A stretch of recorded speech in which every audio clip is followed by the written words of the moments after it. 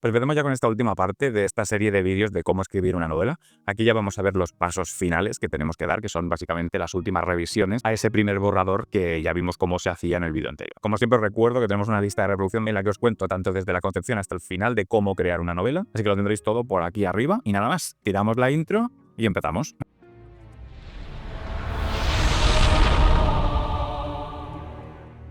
Antes de empezar, como siempre, animaros a suscribiros al canal, tenéis el botoncillo por aquí abajo, así que si estáis siguiendo estos vídeos y no estáis suscritos, pues dadle al botón, a ver si conseguimos llegar a esos 100 suscriptores. Y también deciros que en esta ocasión quedaros hasta el final del vídeo porque hay cuestiones que os quiero comentar sobre el futuro del canal, entonces, bueno, las comentaré al final. Primero nos sacamos la lección de en medio y luego ya hablamos de estas cosas. Así que con esto dicho, empezamos con la lección. Lo primero que tenemos que hacer es entender un poquito qué es lo que nos toca hacer ahora. Y eso más o menos lo conté en el vídeo anterior, que básicamente ahora mismo lo que tendríamos que tener, si habéis seguido ese vídeo, es un primer borrador, ¿no? Una novela escrita en la cual, pues obviamente hay cosas por pulir, porque ese primer borrador no es perfecto y ya sabemos que la naturaleza del primer borrador es que no sea perfecto. Y básicamente lo que vamos a hacer aquí es revisar por qué no es perfecto y volverlo algo como mucho más presentable y que el público también lo pueda disfrutar más. También hacemos esto de este modo básicamente porque los ritmos de escritura pues son diferentes. Cuando tú estás escribiendo y estás pasando, pues digamos, de ese guión que teníamos a crear el primer borrador, tú vas con la mentalidad de pues tengo que sacarme esto, pues transcribir, digamos, ese guión a texto. Ahora que ya lo tengo en formato texto, me puedo centrar más en pulir ciertas cuestiones, ciertas dimensiones, que es lo que vamos a ver ahora, y cómo tengo que pulir cada una de estas y en qué orden lo tengo que hacer. Así que no me enrollo mucho más con esto. Vamos a empezar con la primera dimensión. La primera, vamos a decir, oleada. A mí me gusta entenderlo así, ¿no? Como que cada una de estas revisiones que estamos haciendo son como distintas oleadas por las que van pasando un texto escrito, ¿no? En este caso, la primera oleada, vamos a decir, podría ser el primer borrador.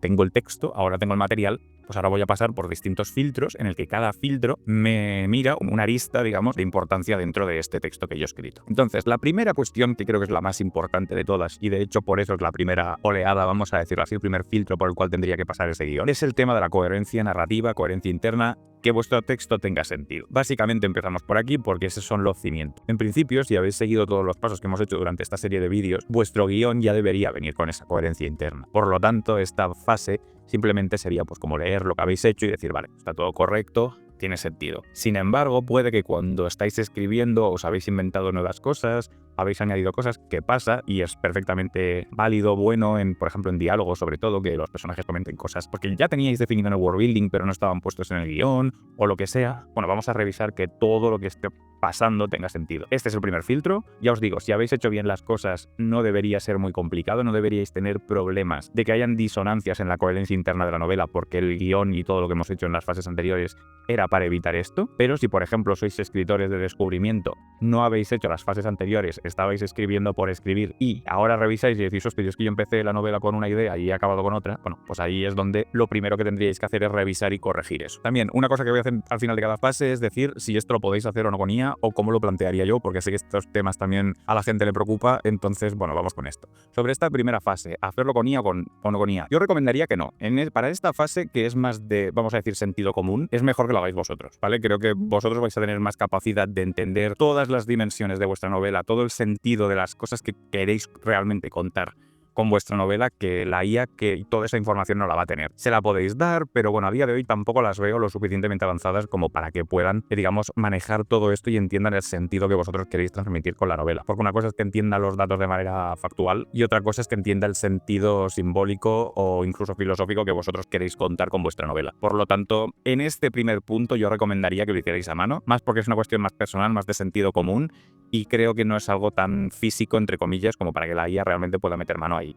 Así que podéis pasarle el texto a vuestro primer borrador y preguntarle, oye, ¿esto cómo lo ves a nivel de coherencia? Por supuesto que podéis. A lo mejor os da puntos de vista que vosotros no habéis barajado. Pero, a mi modo de ver, esta primera fase es muy personal y realmente es mejor que lo hagáis a mano. Aunque, pues una ayuda externa nunca viene mal, siempre y cuando tengáis en cuenta que vuestro punto de vista es el que realmente importa en esta fase.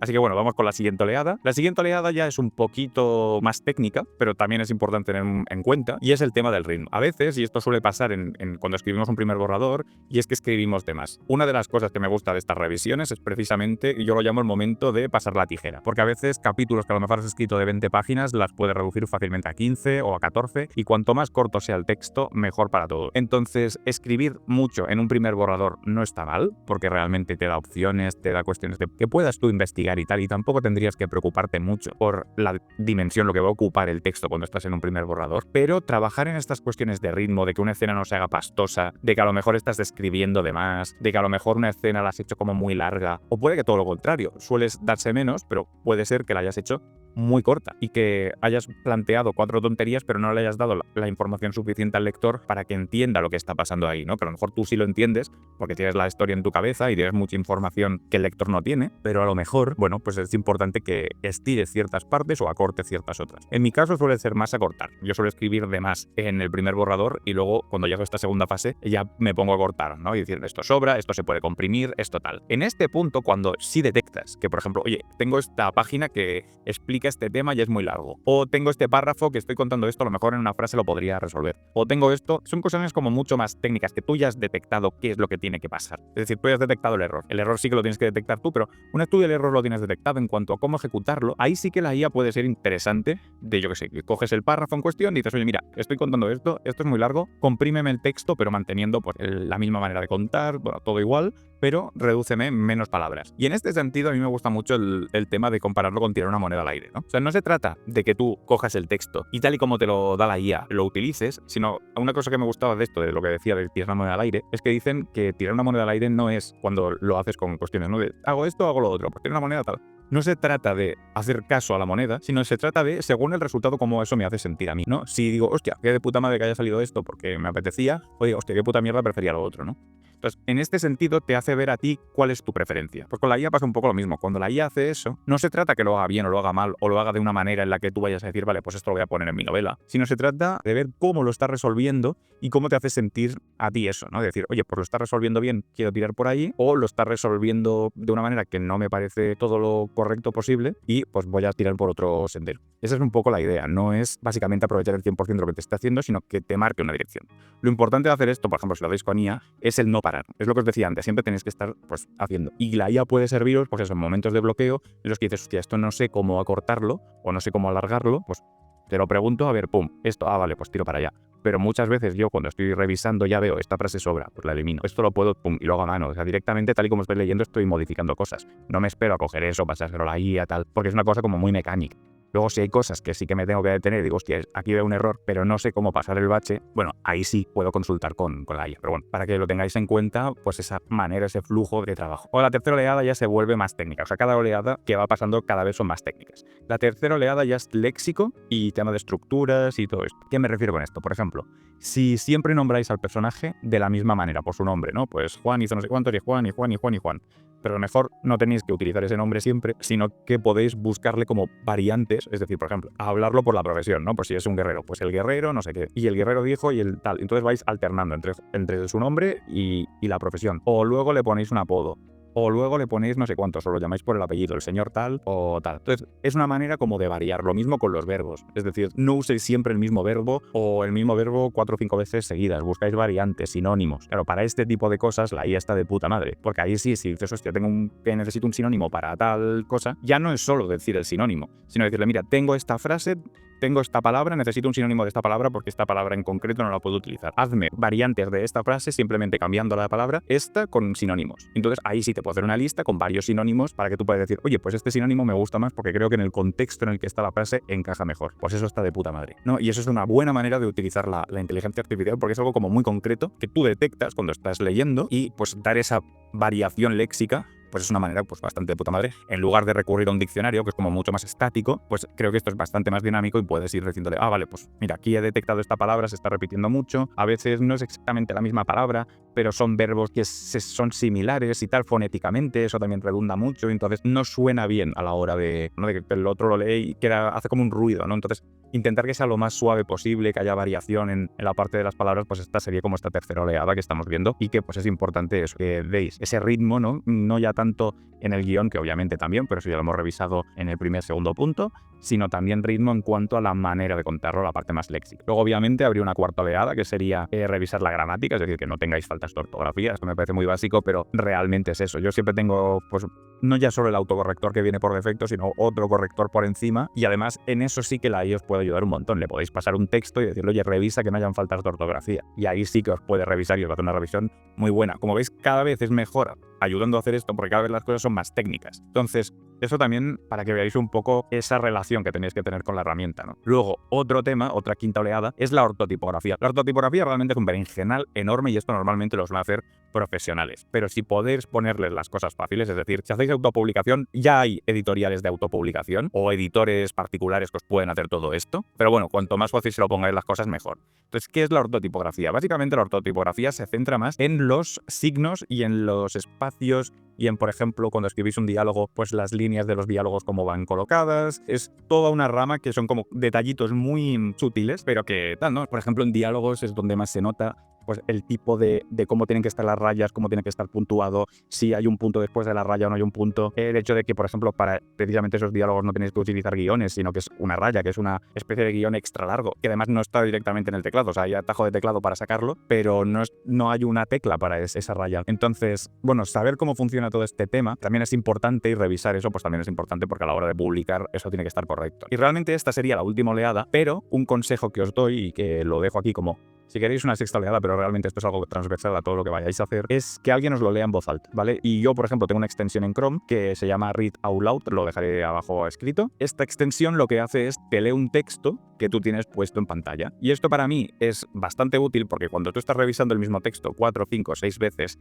y a veces la misma frase te la has leído 20 veces seguidas, tú ya no ves delante. Entonces, el hecho de leerlo en voz alta te hace que puedas oír, por ejemplo, si hostia, falta una tilde en esta palabra, o aquí en esta frase falta una coma, o aquí falta no sé qué. Te ayuda mucho a separarte un poco de la pantalla y poder revisar dónde están los fallos realmente del texto en ese ritmo narrativo que os comentaba antes. Entonces, utilizar extensiones, por ejemplo, tipo esto, creo que es algo positivo porque os ayuda, os da una dimensión más para poder revisar vuestro texto y no simplemente estar leyendo los caracteres porque llega un momento en el que ya no ves delante de ti, ¿no? Entonces, bueno, consejito extra que os doy. Entonces, para acabar, recordad, todo esto lo tenéis que hacer poco a poco. En cuanto a cuando hacemos esto, es decir, si escribimos toda la novela y luego hacemos todo esto con todos los capítulos, o hacemos esto capítulo a capítulo, es decir, acabamos un capítulo, lo revisamos a tope, luego pasamos al siguiente. ¿Cómo lo plantearía yo? Por si tenéis la duda. Yo lo que haría es, como yo la novela la divido en actos, y esto lo hemos visto cuando hemos hecho el guión, cuando yo cierro un acto es cuando hago estas revisiones. Toda la parte de coherencia, de ritmo, estas dos primeras oleadas me gusta hacerlas cuanto antes, porque sí pueden modificar mucho la manera en la que luego voy a seguir escribiendo.